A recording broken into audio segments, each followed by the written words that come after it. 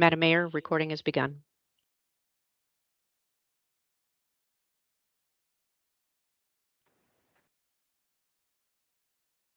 The meeting to start this evening. Madam Clerk, if you could call roll.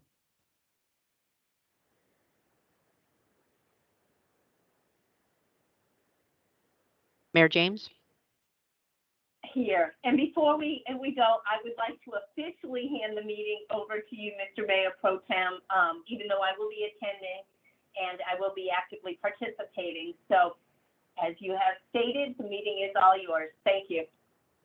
Thank you, Madam Mayor. Thank you. Councilman Goldsmith, Present. Councilman Trolinger, Present. Councilwoman Bryant Ward, Present. Councilman Jenkins. Present. Mr. Mayor Pro Tem, you have a quorum. Thank you. You could all rise and join me in the national anthem. Pledge allegiance. My goodness. Start. And pledge Allegiance to the flag, of the United States of America, and to the republic for which it stands, one nation, under God, indivisible, with liberty and justice for all.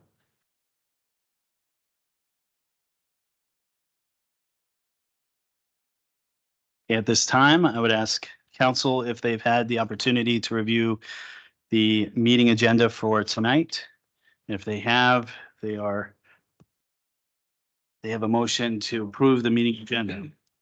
Mr. Mayor Pro Tem, Yes, I move that we adopt the agenda for May 16, 2023 as presented. thank you. Is there a second? Second. Any discussion?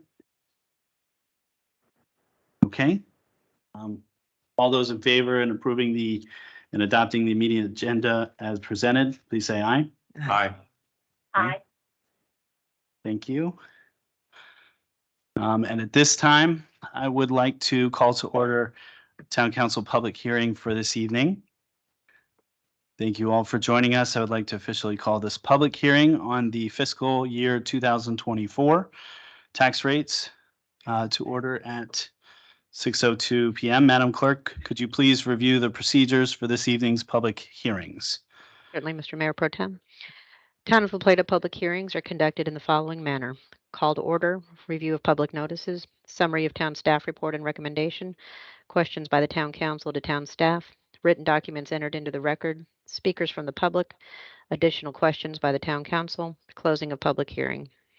Written documents for the record submitted in advance of the public hearing are provided to the presiding officer prior to the opening of the public hearing.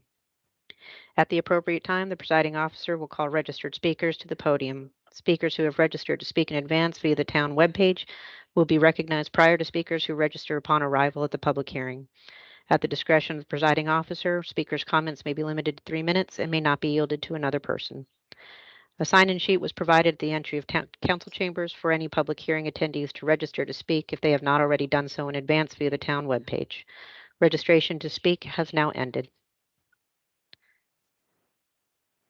Thank you, Madam Clerk. Has the notice of the public hearing been properly advertised? Yes, Mr. Mayor and Pro Tem. For the record, this public hearing was advertised in the Southern Maryland newspaper in the May 5, 2023 issue. A copy of the advertisement is attached to the meeting agenda. Notice of this public hearing was also advertised on the town webpage. Thank you, Madam Clerk. Will town manager and town treasurer provide recommendations on behalf, actually, I believe it's Ms. Vess this evening, provide recommendations on behalf of the staff regarding resolution 2308?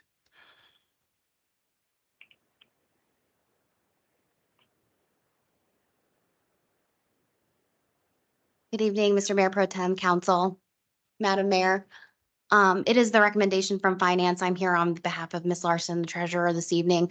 It is our recommendation to approve the adopted tax rates presented before you. I'm here to answer any questions that you may have for clarification. But again, we are comfortable with the numbers that we presented to you this evening. Thank you, Ms. Vess. Town council, any questions for Ms. Vess? No. Madam Mayor? No? Okay. I have no. Madam Clerk, have you received any additional written statements to be included in this record?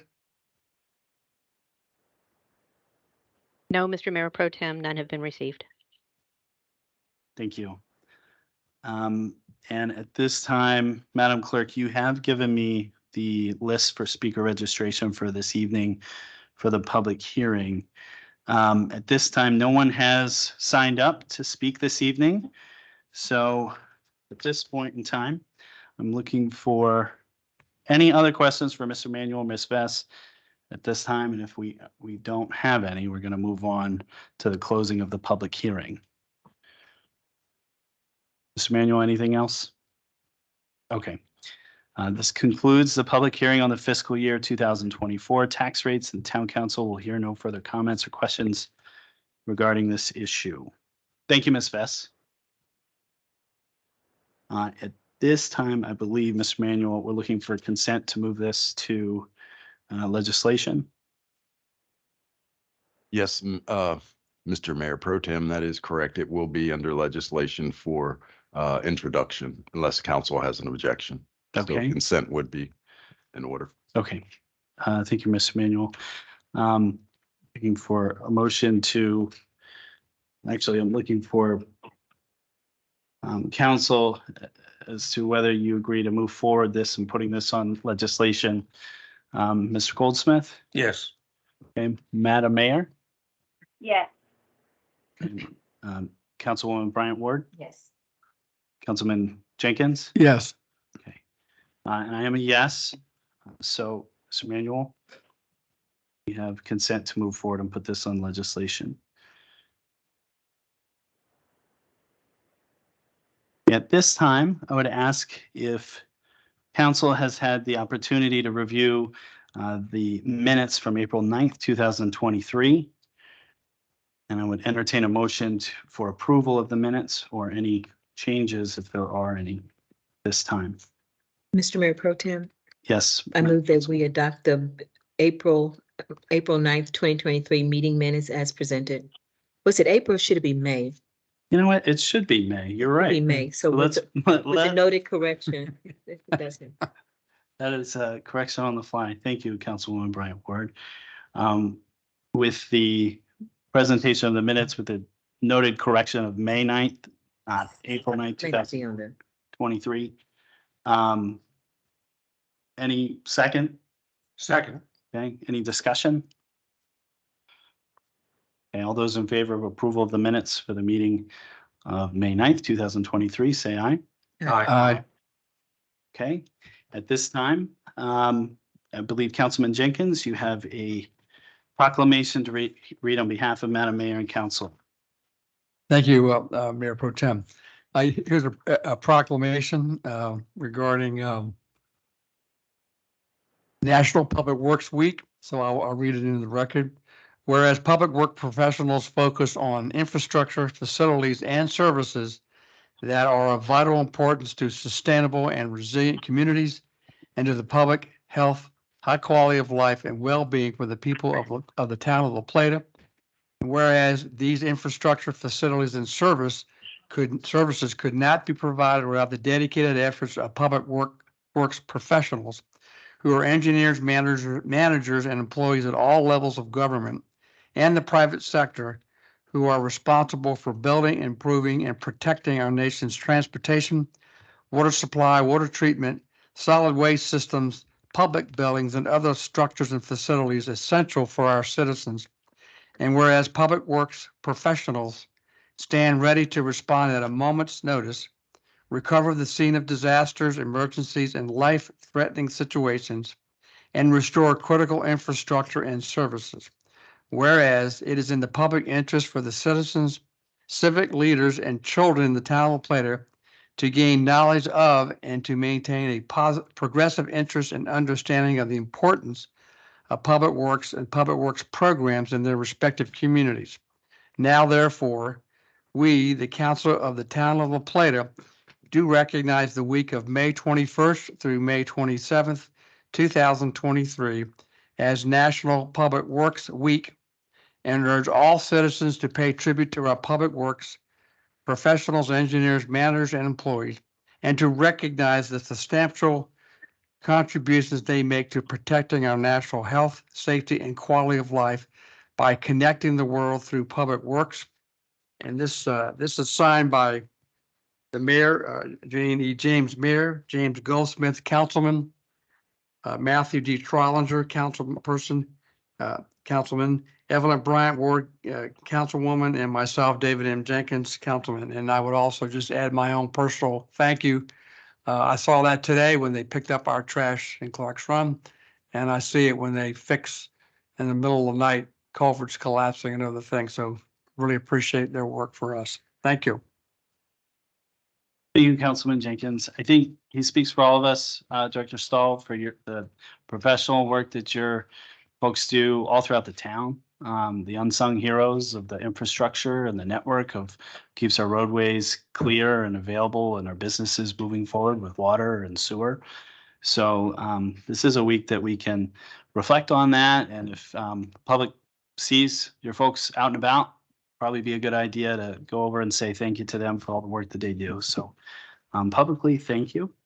At this time, Madam Clerk, I'd ask if anyone has signed up for public comment this evening. No, Mr. Mayor Pro Tem, no one has signed up.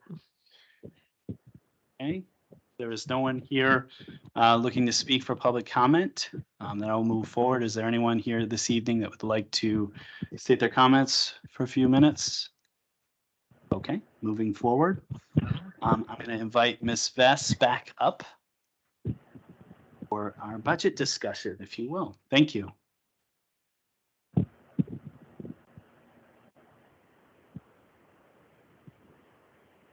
Good evening again. In front of you this evening for review, and again, any questions, is the fiscal 24 fee schedule. The memo prepared by the treasurer kind of gave you a summary of what was increased, what was changed. And then you'll see a graph that explains the utility usage rates as well. We did provide some sort of, I guess, infographic to kind of help with the data transparency with the increases that we are implementing with those utilities. Again, any questions, I'm happy to answer in lieu of the treasurer. Council, any questions of Ms. Vess or Mr. Manuel regarding our budget discussion this evening? Yes, Councilman Jenkins. Thank you, Mayor Pro Tem. Dave Jenkins, Councilman Ward 4. Thanks for the infographics. That really provides a visual, and I know we talked about it. So can we post those ourselves, or will it be posted on the town social media sites? My understanding is once the budget and fee schedule are approved Okay. and are effective, we will be able to post the information for the public. Thank you. Okay, any other comments, Councilwoman Bryant Ward? No, Madam Mayor. Yes, hand raised. There you go. I'm trying. Thank you very much, Ms. Beth, for, as Councilman Jenkins said, for the graphic. It really makes it very easy to kind of enter into your world, which is pretty complicated at times.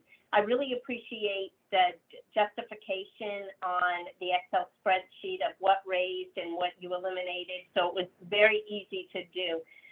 And I know this is a fee schedule, but moving forward, so just kind of plant this in your head. I know that we have a balanced budget, and we will continue to look at that. And one of the most important items to me is making sure that our employees are adequately taken care of. And I know that you have looked at many ways to implement a COLA.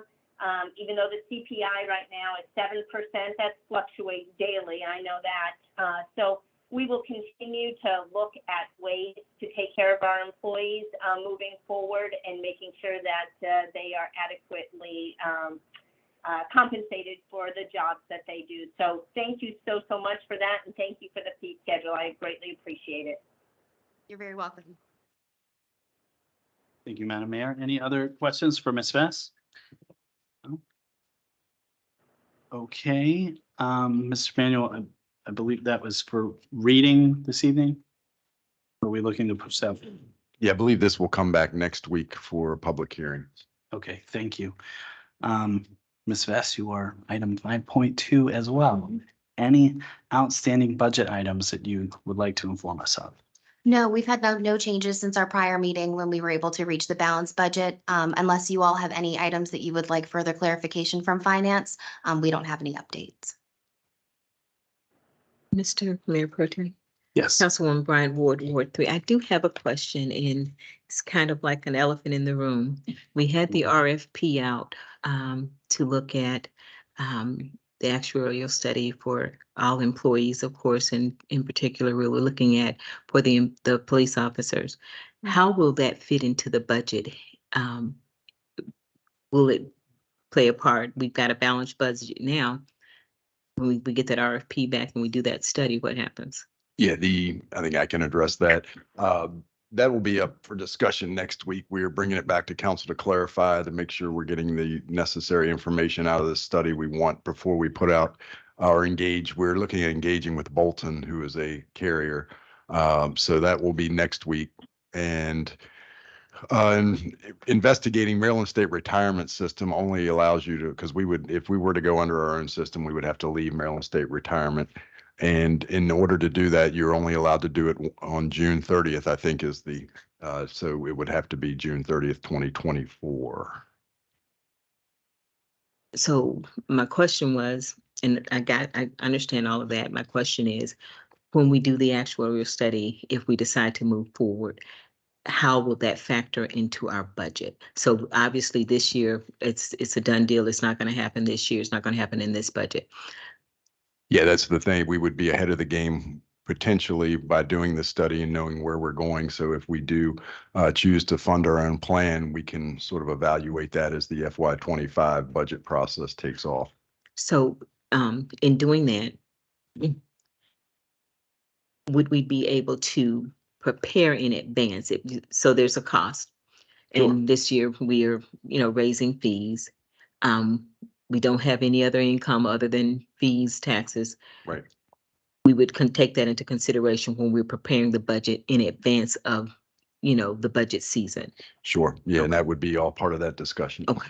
Because, once we get the study back and if, we anticipate it's probably going to be more, we have to figure out how we're going to pay for it at that time. And that would be part of the FY25 budget discussion. Mr. Mayor Pro Tem, Mayor James would like the floor. Okay. Go ahead. Madam Mayor?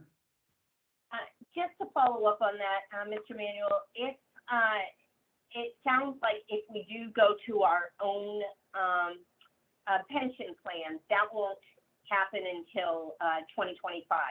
But 2025. But that does not mean that there are other options that aren't. I mean, that's not the one and only.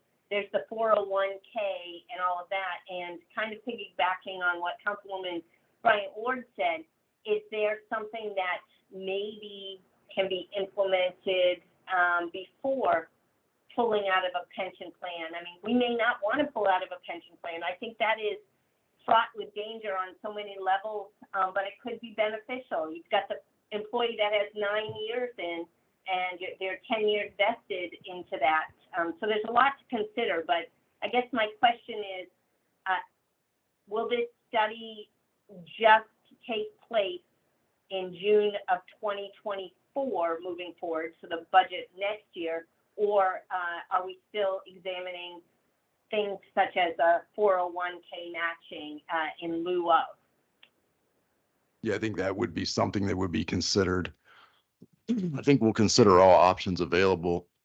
And if it were a situation that we maybe didn't go to an outside pension or an in-house pension, however you want to refer to it, away from Maryland State Retirement System, but did do a contribution from the town to some sort of financial mechanism, 401k, that we would, we could evaluate that mid-year when we look at our revenues to see, because, every cost we have to find a way to pay for it. So at mid-year, we may have a good idea of what our revenues are going to look like and how we would, if we wanted to implement something in this fiscal year, what type of cost would be associated with that, as well as, we would need to amend the budget appropriately to account for that. Great. That is something. Oh, sorry, I don't want it to seem like we're kicking it down and, down the road even more, that there are possibilities, obviously not before June 30th, because we need the Bolton study done, reviewed, and looking at options. But I really appreciate the treasurer and the accountant and their team at looking at ways that we can enhance our employees' compensations and benefits while it's not heavy on the backs of our residents. Councilman Jenkins? Thank you, Councilman Jenkins, Ward 4. I guess a follow-up question from the previous questions. How quickly can the RFP be put out? And then how long will the Bolton study, if they get it, how long does the study take? I'm not sure the term of the study. It's more or less an actuarial study. I Okay. would imagine you're talking 60 to 90 days max.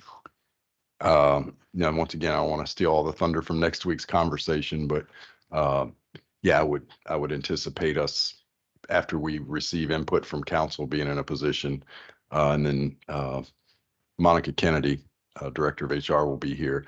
And then I guess you guys will be online next week from the GFOA conference.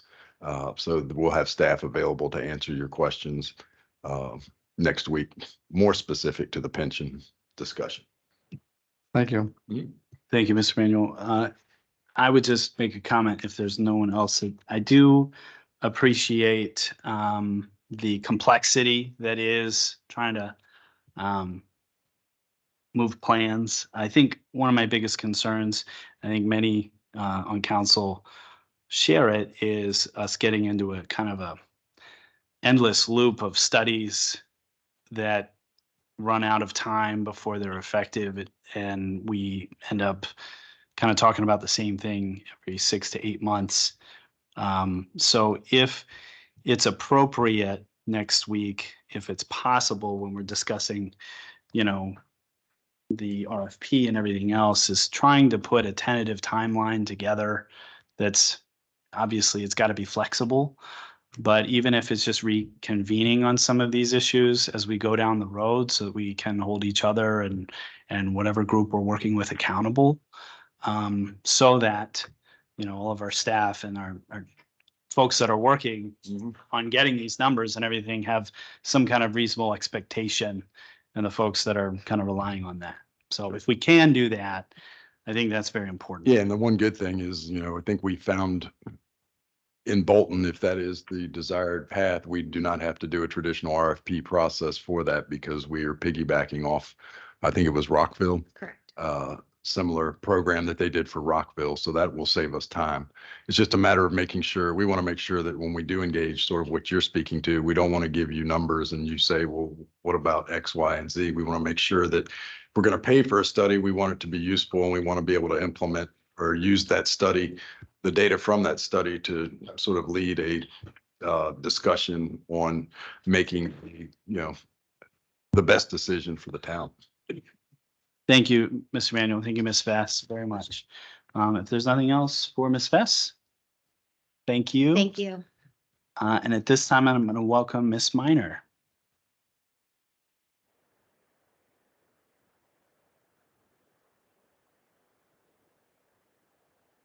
Good evening. I just wanted to give you an update on the Tillman Lake camping that occurred on Friday, May 4th, Saturday, May 5th. We had 56 campers with 23 permits for cars. Since the lake's not an official campground, the town has set parameters that we feel are safe for camping at the lake. And our parameters are 50 campers and 25 parking spaces. So we went over that just by a little bit, just because of the amount of scouts. We didn't want to turn away any of the scouts. So I thought when we put this on the agenda several weeks ago, I thought I was going to be coming here and saying, can we not do camping anymore? It went well. We didn't have any issues. So just wanted to let you know that, and hopefully we can have the same issue next year. We pick the date and just do it one time a year. Excellent. Well, thank you for the glowing report. And it's great to get our residents involved in nature that surrounds us. So thank you so much, Ms. Minor. Chief, if I could have you join us.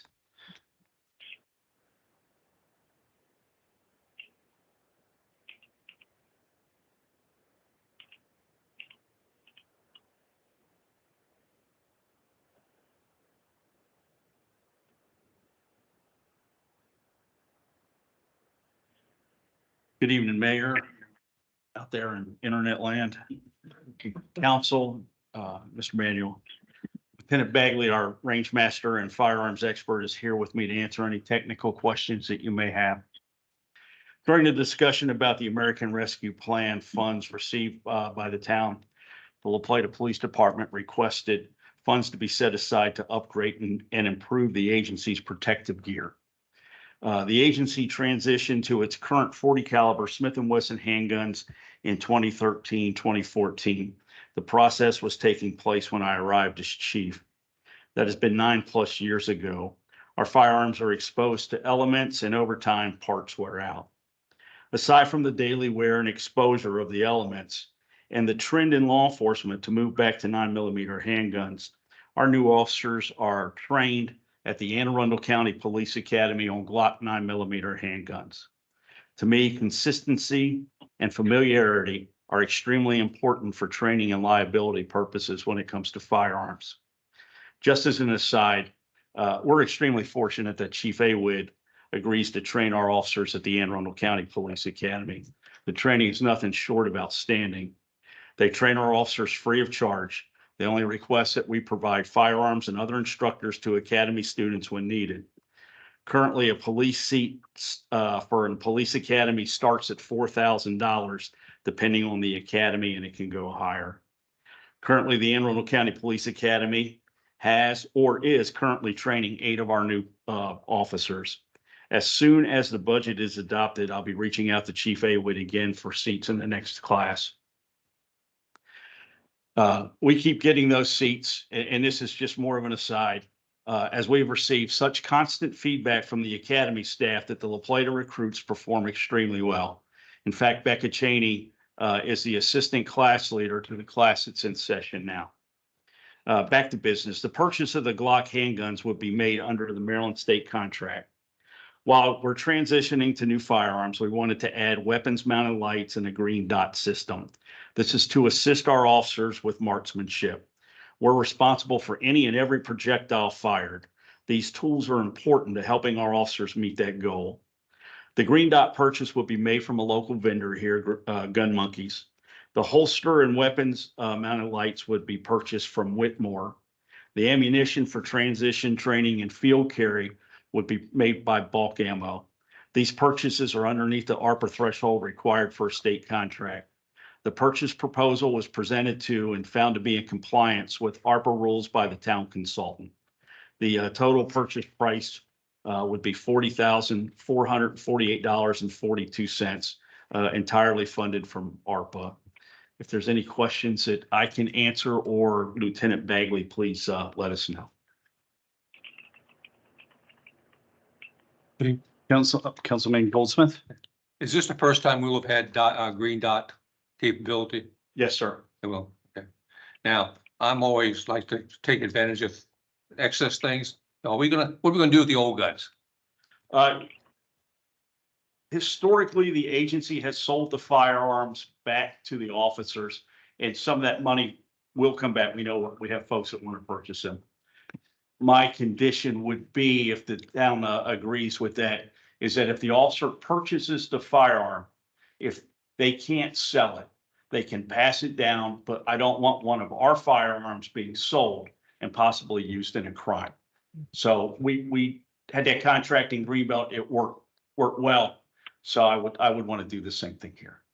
So there is some recapture of funds. Yes, sir. Okay, thank you. Mr. Mayor Pro Tem. Yes. Councilwoman Bryant, Ward 3, I think the actual purchase price is $41,303.82 was an update, right? For the purchase of the lights and holster, it went from $6,985 to $7,840. That may be consistent with the updated quote. There had been an expired quote, I believe. Yeah, yeah, and I apologize. That's okay. So my other question was, when we had booked those seats at Arundel Academy, Yes, ma'am. do we pay for those seats? No. Okay. Only thing, Lieutenant Bagley's going down next week after, and he'll be helping them train the recruits in firearms. And this is a total 21st century police academy. I couldn't, and I'm fortunate, I've known Chief Awood back when she was a major for the Prince George's County Police, and I was a captain in Greenbelt. And They have provided this training free of charge. And they just make it clear, as long as you've seen quality people, we'll train them. But if they look like they're gonna be a liability, then they won't. So Sure. we're very fortunate to have that arrangement. Sure, I've heard you rave about them before, and I just wondered if there was a cost when we scheduled the seats, and I'm sure Becca's doing extremely well because she wanted to be a great officer. So He's doing extremely well. thank you.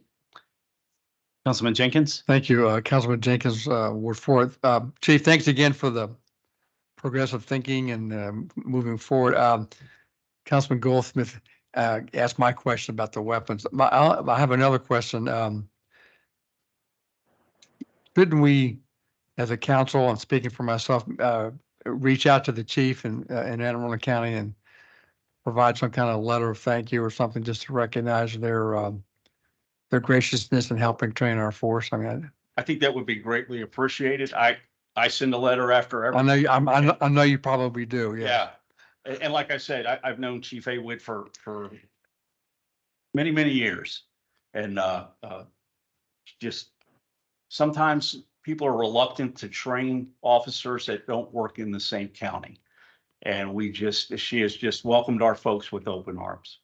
As Councilwoman Brian Ward indicated, the fact that they're training officers, that's a huge saving, but also frankly, it helps the force. So I hope that maybe we can draft some kind of a letter from the mayor and the council that would thank the chief for their graciousness in helping us maintain our force. Thank you. Thank you.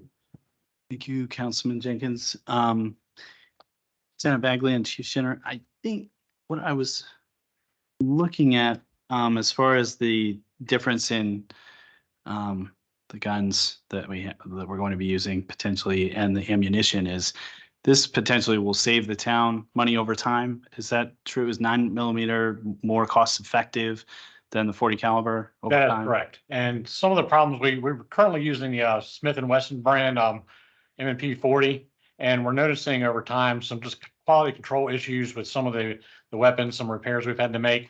I'm also an armor where I can work on both Smith & Wesson and Glock firearms. The Smith & Wesson's a little more complicated to work on too, a lot more parts. The Glocks are a lot easier to work with. Several of the agencies in the area, Baltimore City, Maryland State Police, Washington Metropolitan Police Department, they've all recently switched over to Glock firearm also, just because of the cost and the ease in working on them and just better marksmanship issues too. So. Okay.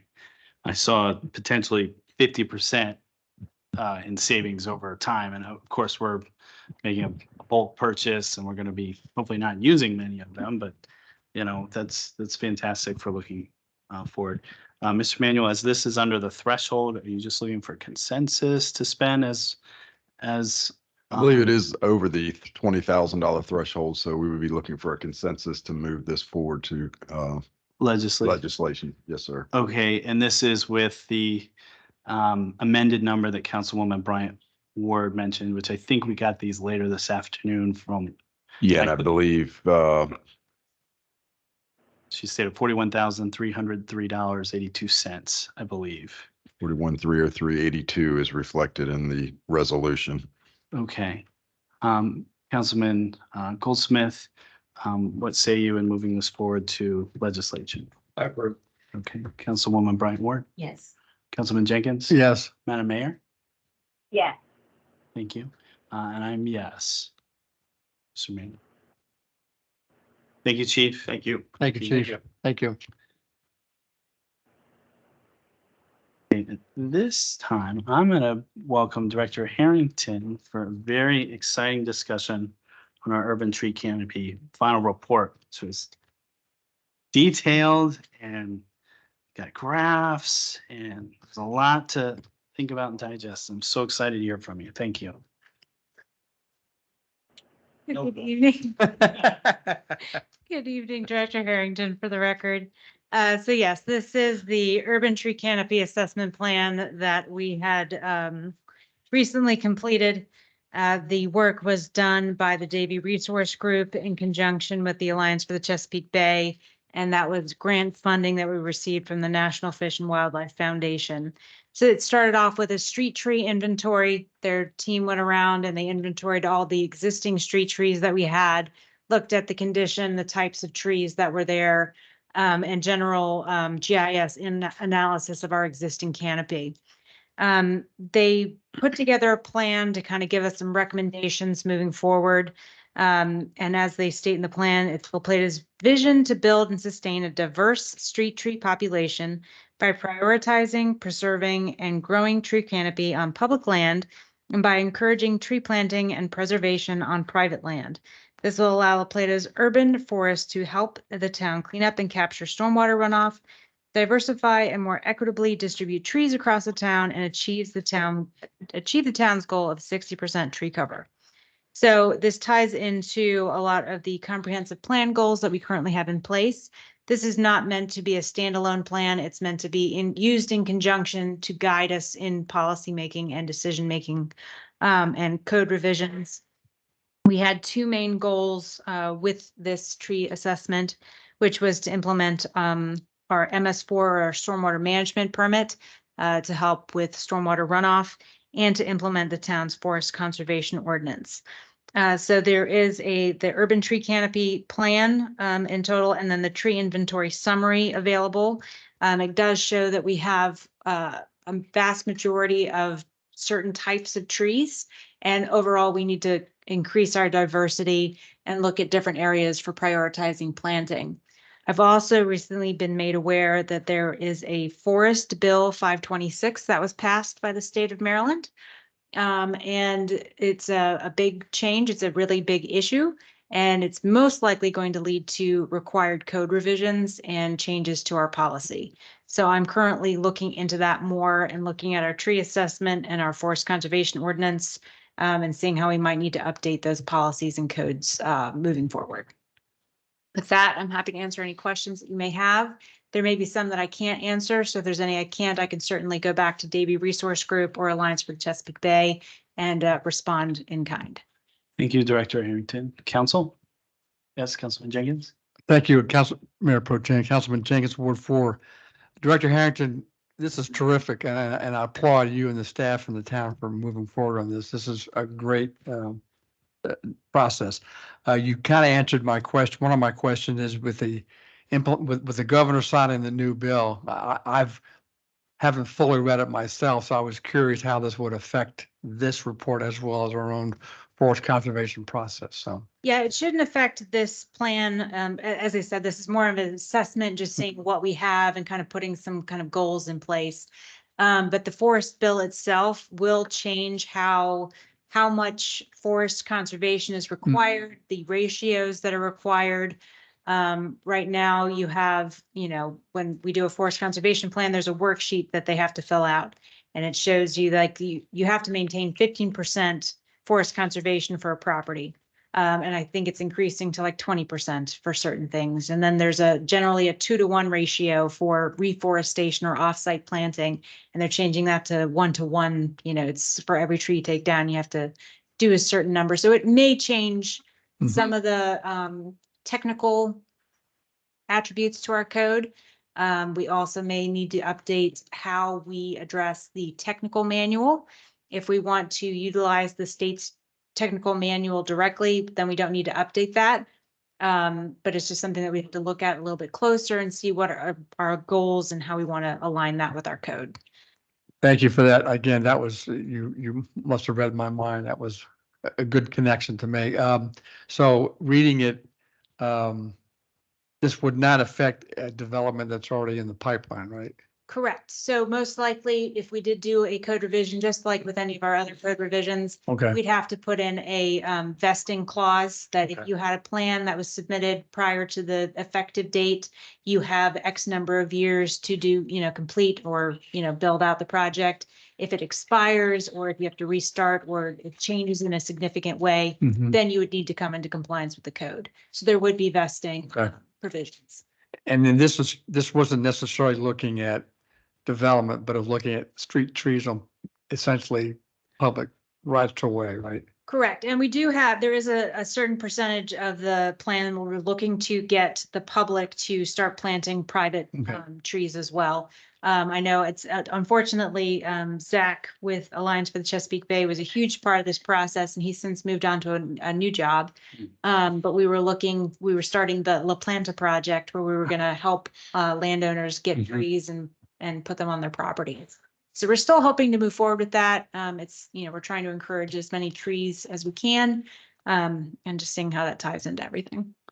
Thank you. And again, I appreciate this process and study, and I hope we can come to the council can move forward and really embrace this in the future. Thank you.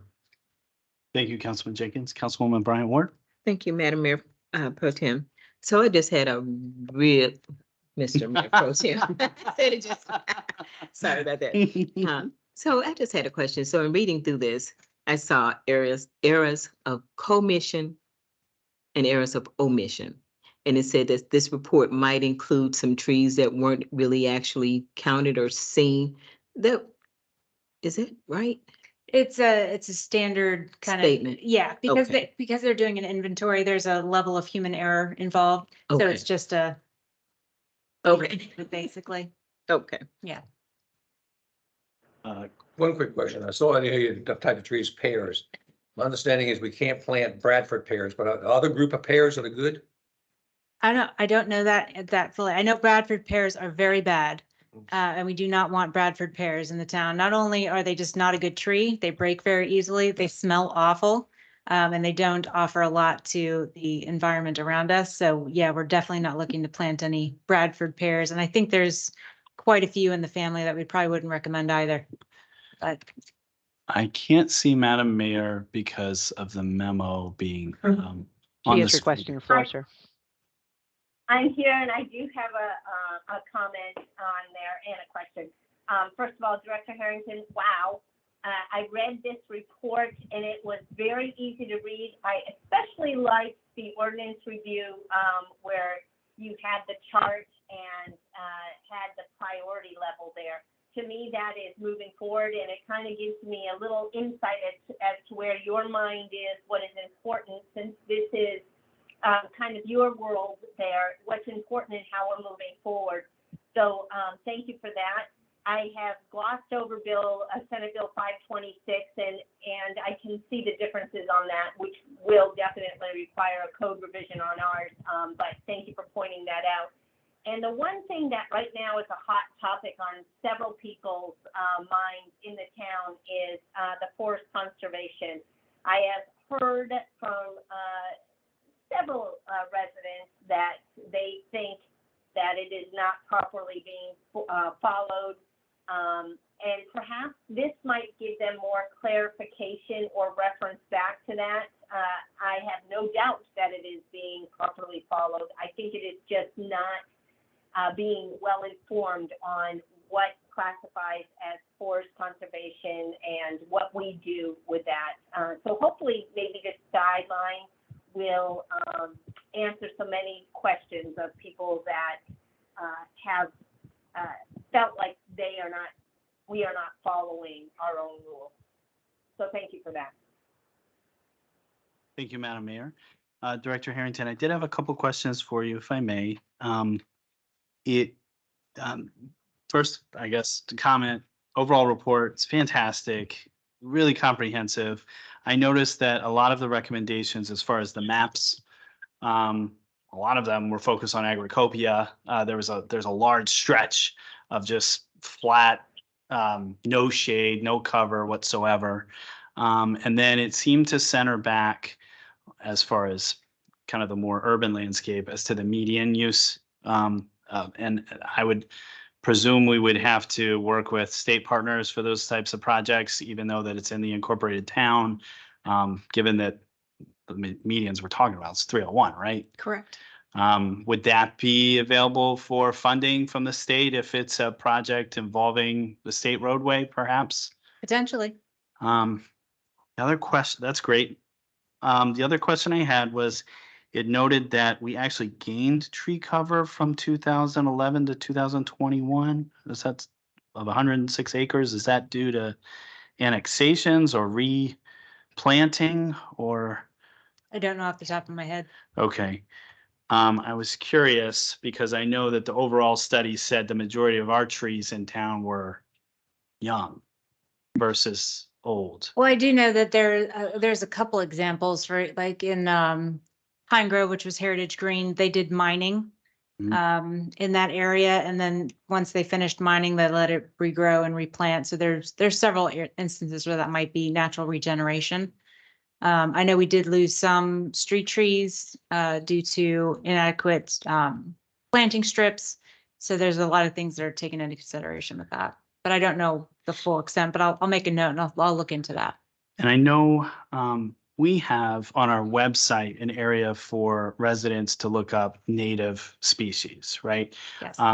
Is this supplemental in any way, given that we had a lot of thought and planning as far as are some of these trees, some that are not on that list that we can supplement? Or I know this was pretty detailed as to the different families of trees and everything. I'm pretty sure that the majority of trees that are in this, I can double check on that, but I'm pretty sure the majority of trees that are on this are in our recommended planting list.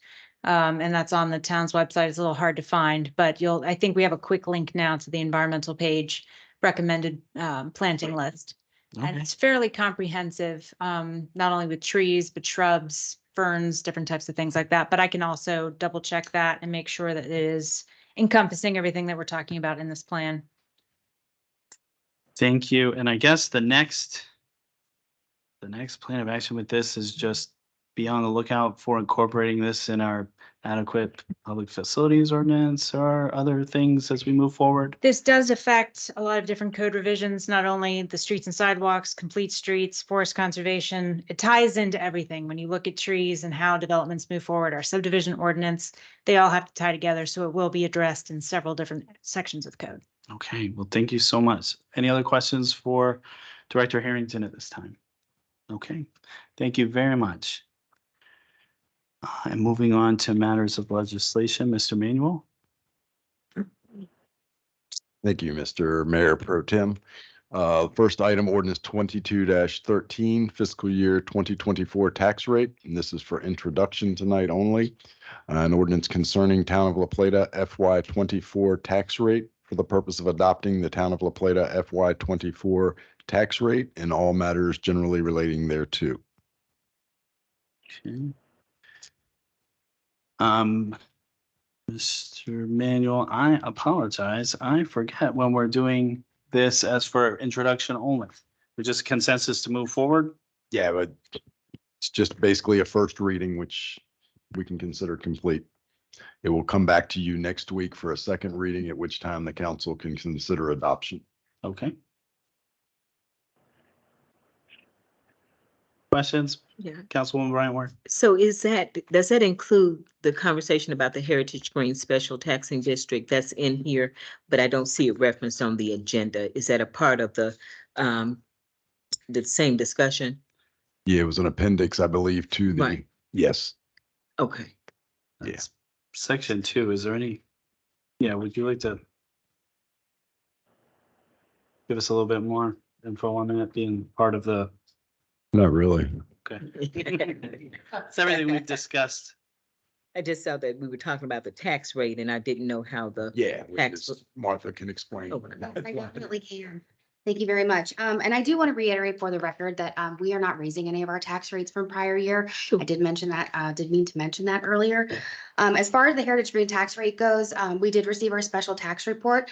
I do have a couple notes of summary for you guys from that report. Included in the district, there's 195 total parcels. 174 of them are single family detached. The remaining 21 are tax exempt right of ways, floodplains, etc. 94 of the 174 currently, or as of the date of the report, which was, May 11th, I believe. 94 of the 174 were classified as developed. So our tax report from prior year has changed slightly. The tax that's coming in from the developed property is approximately $112,000. The tax from the undeveloped property is approximately $133,000. And that's just a snippet of sort of what the summary of the report said. There's also calculation figures in there. And I can try to answer those if you have any questions. No, I'm sorry. My question was actually just, was it a part of the the ordinance 23-13, was it a part of that discussion? Because it's not listed as a separate item on the agenda, Yeah, I believe it's a part of the, 23-13. yes. Correct. I Okay. believe it's section 2. Well, it's 7.7.1.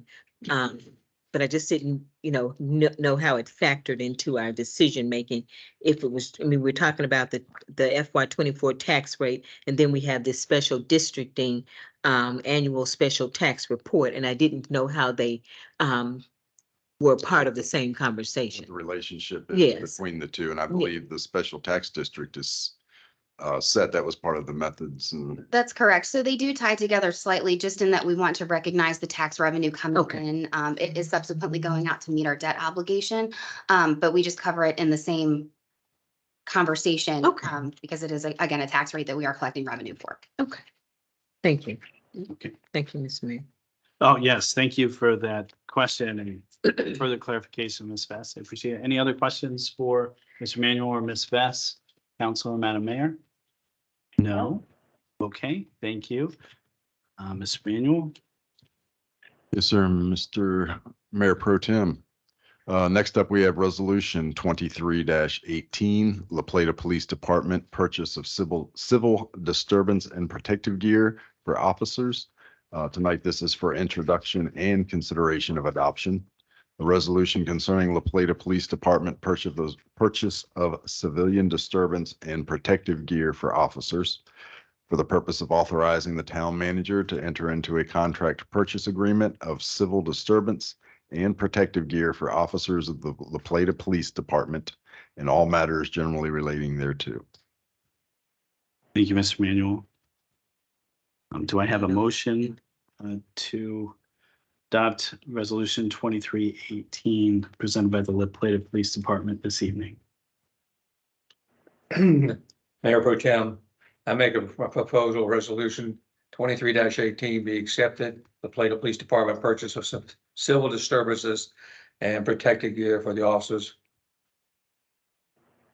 Thank you. Is there a second? I Sec- second the motion. Go ahead. Thank you, Councilwoman Bryant Ward. Any discussion tonight? So just a quick question, Mayor Pro Tem Dave Jenkins, Ward 4. So this is all, I believe there's multiple funds, and it's all part of the ARPA umbrella, correct? As I understand it. Okay, Thank you, Mr. Manuel. right, thank you. And again, this is as revised for the later numbers later this afternoon. Okay, any other discussion this evening? Okay, if not, all those in favor of Resolution 2318, civil disturbance and protective gear for officers through ARPA funds. All those in favor, say aye. Aye. Those opposed? Okay, motion carries, Mr. Manuel. At this time, I'm going to move to new business. Councilman Goldsmith, do you have a commission report this evening? Nothing to report. Okay, Madam Mayor? Yes, you're gonna go out of line here. All right. Upcoming events, some great things that, first of all, as we said, Public Works Week starts on May 21st, which the unsung heroes, as you indicated, Mr. Mayor Pro Tem. But recently, if you haven't had an opportunity to look at our new Rosewick water tower that has been painted, it is spectacular. It's nice and shiny, so I encourage you all to just pay attention to that. The first summer concert starts on Friday, May 26th. We'll start off the evening honoring those that have lost their life on Memorial Day by the laying of a wreath. And then we will have a Southern Maryland band there, Justin Taylor Band, which will start off our summer concert series. And lastly, if your organization is going to be participating in National Night Out, which is the first Tuesday of August, I encourage you to apply for one of our National Night Out grants that you could get up to $200 to help defray the cost of a community event and in your neighborhood or area. And the deadline is rapidly approaching. It is June 9th. And by the way, Mr. Mayor Pro Tem, great job today on your first public hearing. So thank you for that. That's all Well, I have. Thank you, Madam Mayor. And to continue on with commission reports, Councilwoman Bryant Ward? No? Thank you. Councilman Jenkins? Thank you, Mayor Pro Tem. Thank you, Councilman Jenkins, Ward 4, the Parks and Recreation Commission met on May 10th. Unfortunately, I only could attend part of the meeting, but we did discuss, and I'll have to report back a discussion or request from the Beautification Commission to have, or to look at possible having some kind of play facilities on the town hall grounds. So we will be discussing that later. Okay, well, for Beautification Commission, we will have to address that in our June meeting because our May meeting was canceled. So we will take a look at that then. Thank you so much, Mr. Manuel and staff tonight, and thank you so much, Madam Mayor. I am going to entertain a motion to adjourn. I move we adjourn. Okay, is there a second? Okay, thank you very much. Meeting adjourned. Good night, everyone. Sign this. Thanks. Fine.